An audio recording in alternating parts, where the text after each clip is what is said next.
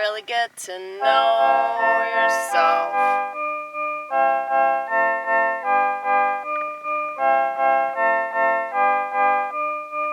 When you're in that darkness,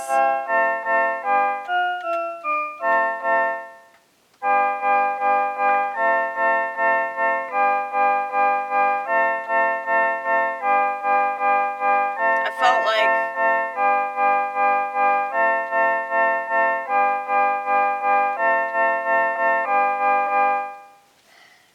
how can I describe it? I'm trying to give y'all a visual, but the bottom of a well. That's what you just sang about.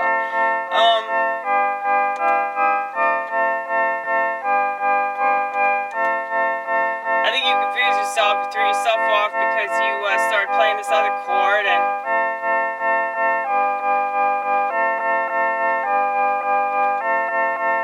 a baby bird shivering. Okay, yes.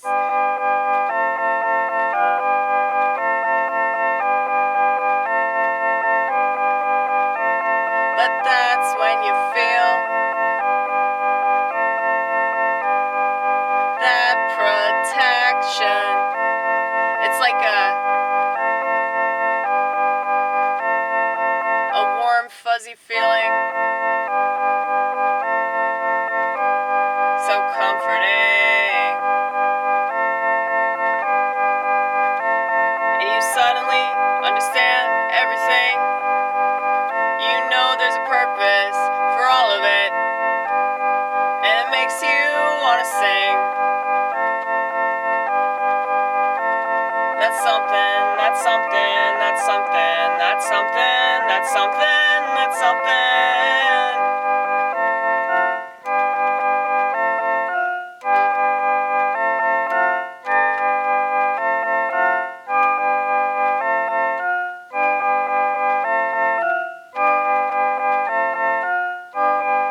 This is how you build yourself up. This is how you don't give up. You just believe, you just believe in something bigger and better and stronger, and you attach yourself to it, and then you last a little longer.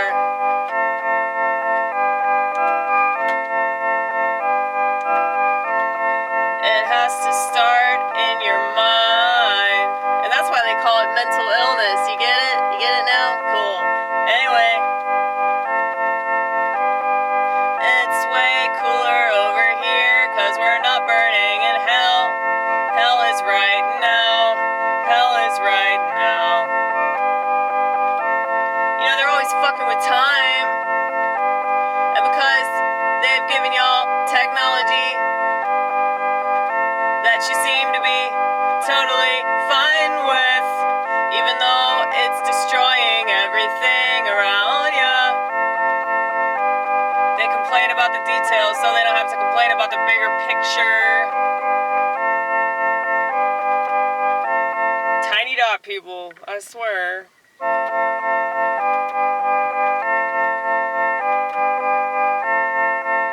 But the details don't matter.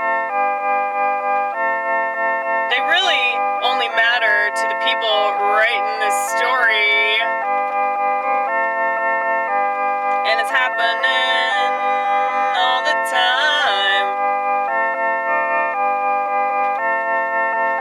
And I think that's why God chose me. It's not that deep. I don't really think it is. I mean, maybe it's just because I'm, paranoid, but I mean, I just don't trust the world.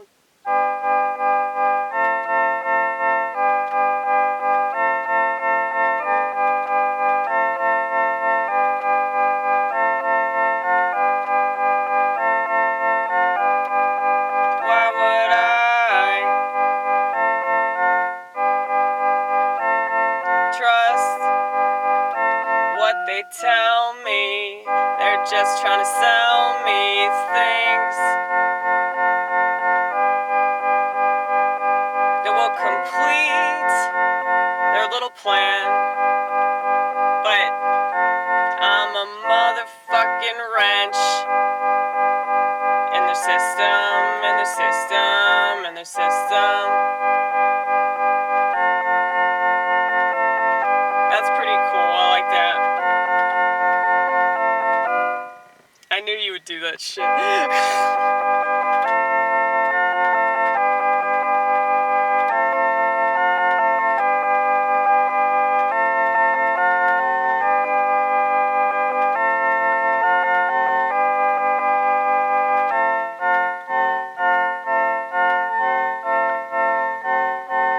I totally fucked it up.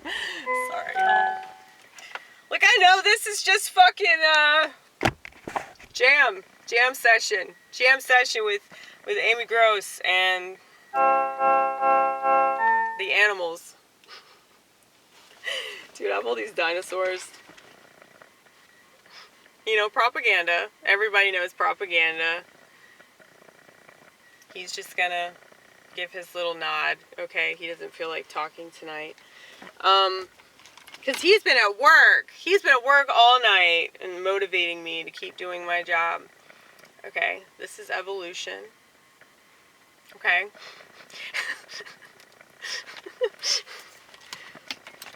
I'm really funny. I'm just so fucking funny. Well, this is Dewey. Lexi, my manager at work, one of the few women that can handle criticism. I love this bitch. She got me this dinosaur. Okay, look. Okay, don't die. Don't die. Come back. So, I can't die. I was never really alive. I'm only alive in your head, Amy. Right? So are so many things. Okay. So this is, Dewey. After John Dewey, founder of Crime Against Humanity Public School. Okay? What else? What else? What else have I got for you? Ooh. This is Darwin. Okay? He can't stand up on his own. See? It's sad. It's just sad looking at him. Yeah. Like history. Just like history, this is what happens to it. It falls the fuck apart because it can't stand up on its own. Anyway. Yeah, so Darwin. Okay. And, let's see what else.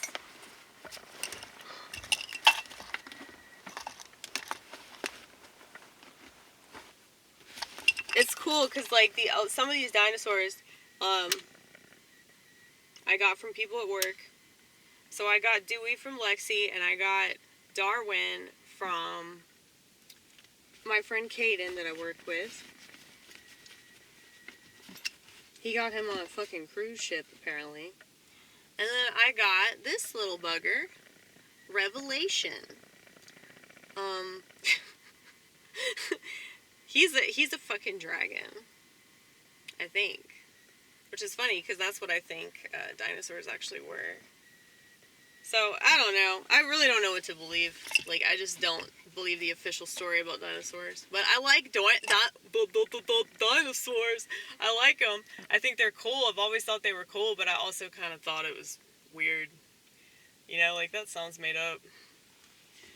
But, it doesn't matter. It doesn't matter. We'll believe it anyway, right? Okay, so this is a little turtle that Marisa, she's a skinny white bitch with the mixed kids and the black boyfriend. Yeah, you gotta be a race mixer to work where I work. You gotta be cool with race mixing. I'm adopted, so I feel like that counts for something. You know, but I used to have this running joke at my job that, like, you either had to be in an interracial relationship or the product of one in order to work there, because, like, yeah, most of the people there, like, you know, if you're gonna work in the restaurant industry, especially, like, you have to be cool with other races, you know. But I mean, that is like race mixing central.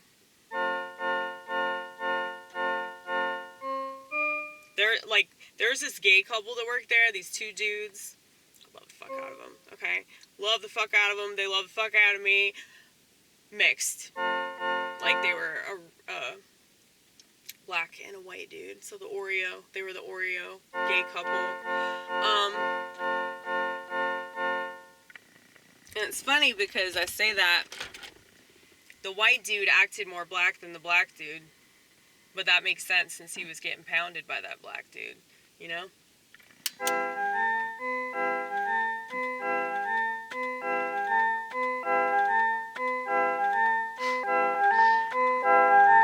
Oh yeah, royalty. I just went on this race mixing tangent. He's from Marisa, and his head has fallen off multiple times. His head broke off on the ground at Steak and Shake twice, and I had to glue his head back together. But it looks kind of cool. Like, he looks like one of those dogs. I know my filmmaking's bad. You don't have to tell me. He looks like one of those dogs that's like sticking his head to the side. You know, he's like, "What's going on? You know, do you have a treat for me?" You know, that's what he looks like. But yeah, this is royalty. And those are all of my friends that I work with. Okay? It's just funny. It's just a joke. Like, you know how, like, women at work, they have, like, their whole desk full of little knickknacks? Like, that's all this shit is. Like, knickknacks. I just have a fuck ton of knickknacks. So, this joke about me, like, bringing my house with me everywhere I go is because I just have a lot of stuff. Because it's comforting for me to have that, you know. Maybe this is this organized schizo thing, I don't know. The reason I talk about schizophrenia is because it really explains my behavior.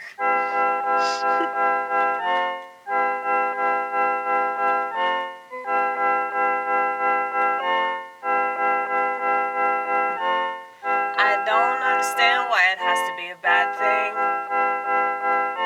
I know that oftentimes it's a sad thing, but that's alright, because I know how to do something when I'm up all night. I think a lot of people just lose their minds, you know? I'm just like, no, you gotta find some shit to do. That's it.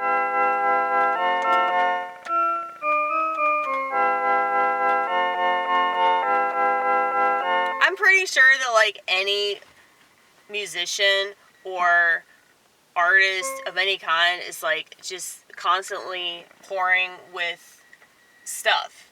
And I never understand that with comics. Like, they have zero material. I'm like, how are you not paying attention to your experience? Like, there's so much going on all the time. Maybe I just care about stuff, or I just look around and I notice things happening. All these chords are so depressing, dude. Amy, no. That's good.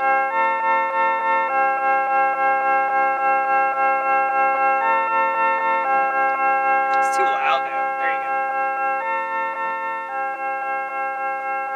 Sorry if that's been hurting your ears. I can't even imagine how bad this video is going to be. If it's hurting my ears right now,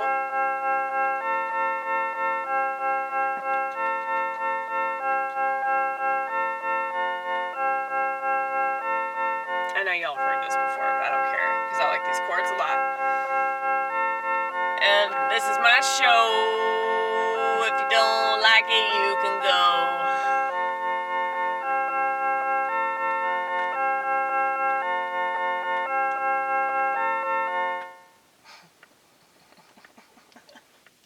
What? I was just thinking of that scene in Pulp Fiction. Pulp Fiction is my favorite movie of all time, by the way. I need to watch it again. The thing is, it's so fucking violent. That's the reason I can't watch Reservoir Dogs anymore. I can't really watch anything by Tarantino anymore except Pulp Fiction. But, And that's sad because I really like him as a director. But, oh well. I just can't even watch movies anymore. I think my brain is short-circuiting. I'm like, well, the only thing you can do now is just make stuff till you die. Till you die, till you die, till you die, till you die. What else am I gonna do?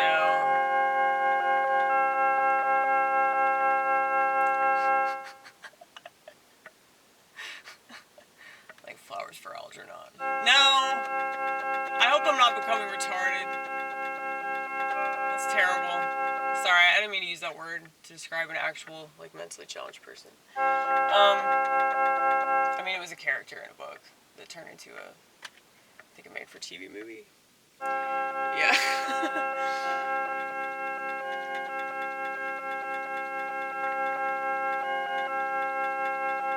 Yeah, I was talking,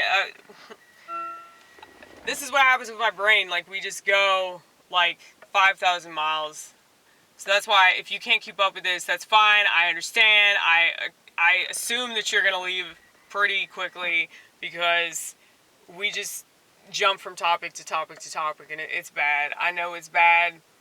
People would say it's like ADD or ADHD or something. I'm like, no, dude, it's like way worse than that. So that's why I say it's like disorganized schizophrenia, because it's like we're like all over the place mentally and emotionally. So I think that's why like I'm really in touch with that spirit, because it's like it really humbles you and makes you feel like a kid all the time, because you're just like either in awe or in horror about everything. And so it's like everything just feels really extreme, but you just learn how to navigate, you know? But anyway, yeah, so I was thinking about that scene in Pulp Fiction when Marcellus Wallace says goodbye to Butch. It's Ving Rhames talking to Bruce Willis's character. And this was like after the rape scene and everything. This was like the finale of it. That part of the movie. The segment. The vignette. It was a vignette. Yeah, okay. But no, it was right before that last part with Butch and that French bitch. Oh, whose motorcycle is this? It's a chopper, baby. Whose chopper is this? Zed. Who's Zed? Zed's dead, baby. Zed's dead. Did I quote it right? I need to watch it again so I can like keep it up. I want my memory to stay intact, only when it comes to this movie.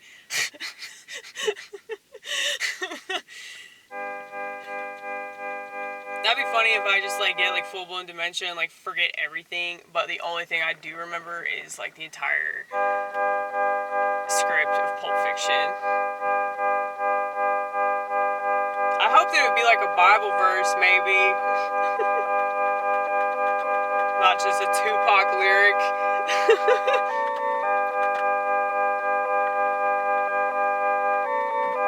Yeah. It's funny the stuff that you remember versus the stuff you don't, or the stuff you won't, for whatever reason. And the stuff you think you're supposed to, you don't. And the stuff that you find meaningless, for whatever reason it did have meaning.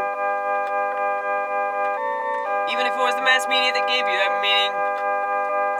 And then it became a significant chunk of your life. You know, like a commercial.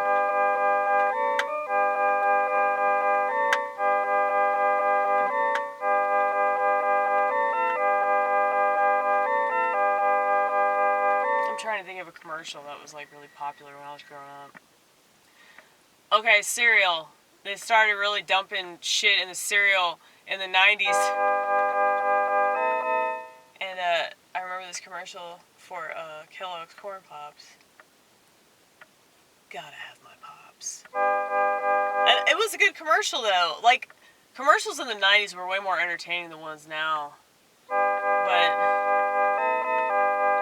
this ridiculous scenario that ended with a kid eating a bowl of cereal that was genetically modified. Nobody cared at the time. And I'm sure that there was somebody that paid attention to what was going on. And they noticed it. And they were bothered by it. But nobody else would listen to them. Or maybe they didn't bring it up because they knew what people would think of them. That was me.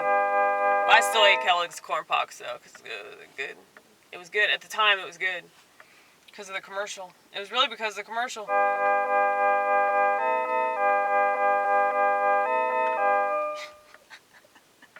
It was like plastic, dude.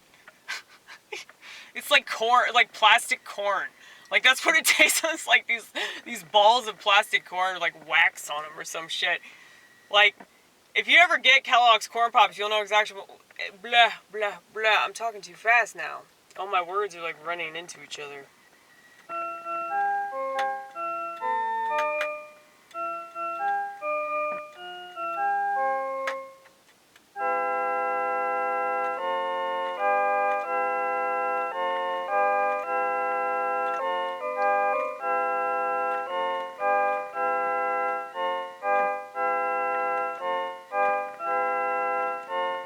I don't have any choice but to keep making stuff until everything completely falls apart. Will it be me, or will it be the world? Your guess is as good as mine. Actually, that's not true. My guess is way better than yours. It's probably gonna be the world. It's probably gonna be the world. It's probably gonna be the world. Even though it looks like I'm having a psychotic break. That's what a lot of people seem to think. Normies, I'm guessing. I reckon that they're probably boring. They're probably not making anything.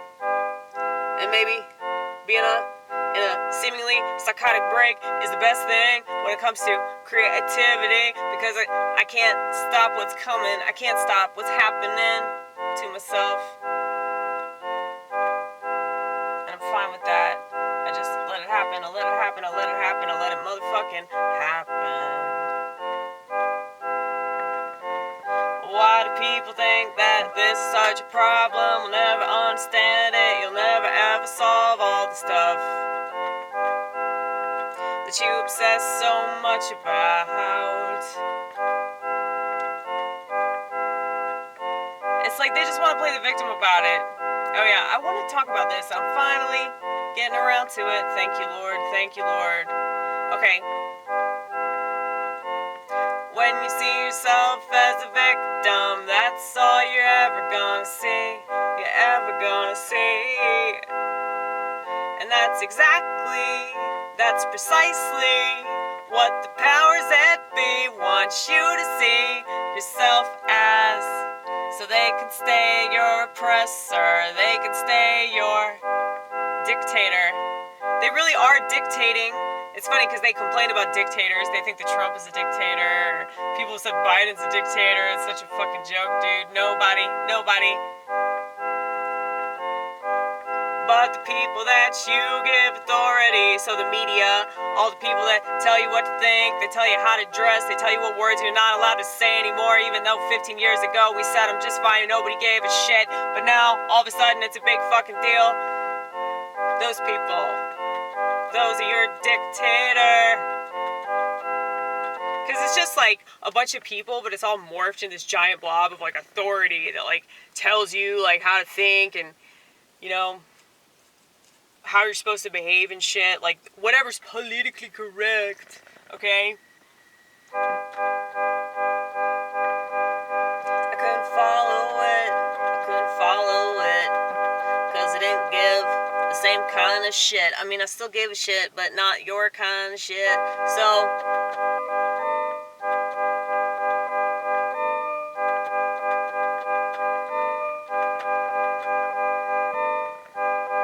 and we're so lucky stop stressing. And yeah, this doesn't look like luck. This doesn't look like luck. But you know that we don't give a fuck about appearance. And neither does the world, obviously. Morbid obesity. See it, you can't unsee it. Not just that, but like technology. If technology were food, then people would be dead. Okay, oh man, I don't even want to think about that. I don't even want to think about that because you think about how bad obesity is here in America, especially in the South, and it's like, dude, like I've said, if that's how shitty they look on the outside, just imagine what their insides look like. And I'm not just talking about on health. I'm not just talking about like eating too much or eating crap and, you know, that's terrible. But imagine, you know, mentally how they are. Involving technology. Okay, exactly. Darkness!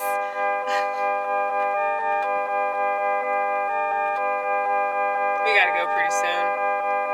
I think the video cuts me off like 30 minutes, 30 something. 31 or 32, something like that.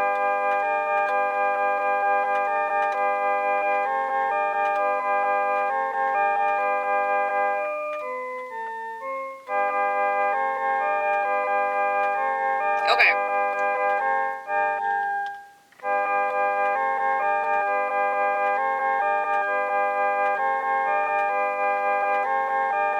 What were we singing about?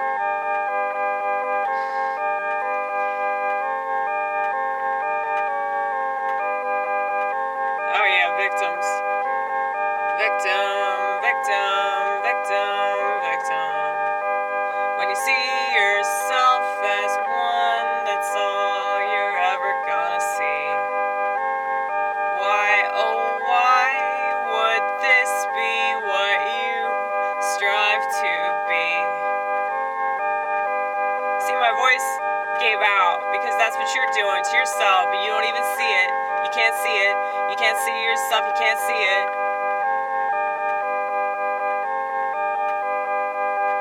Because people that are actual victims see themselves in HD quite like me.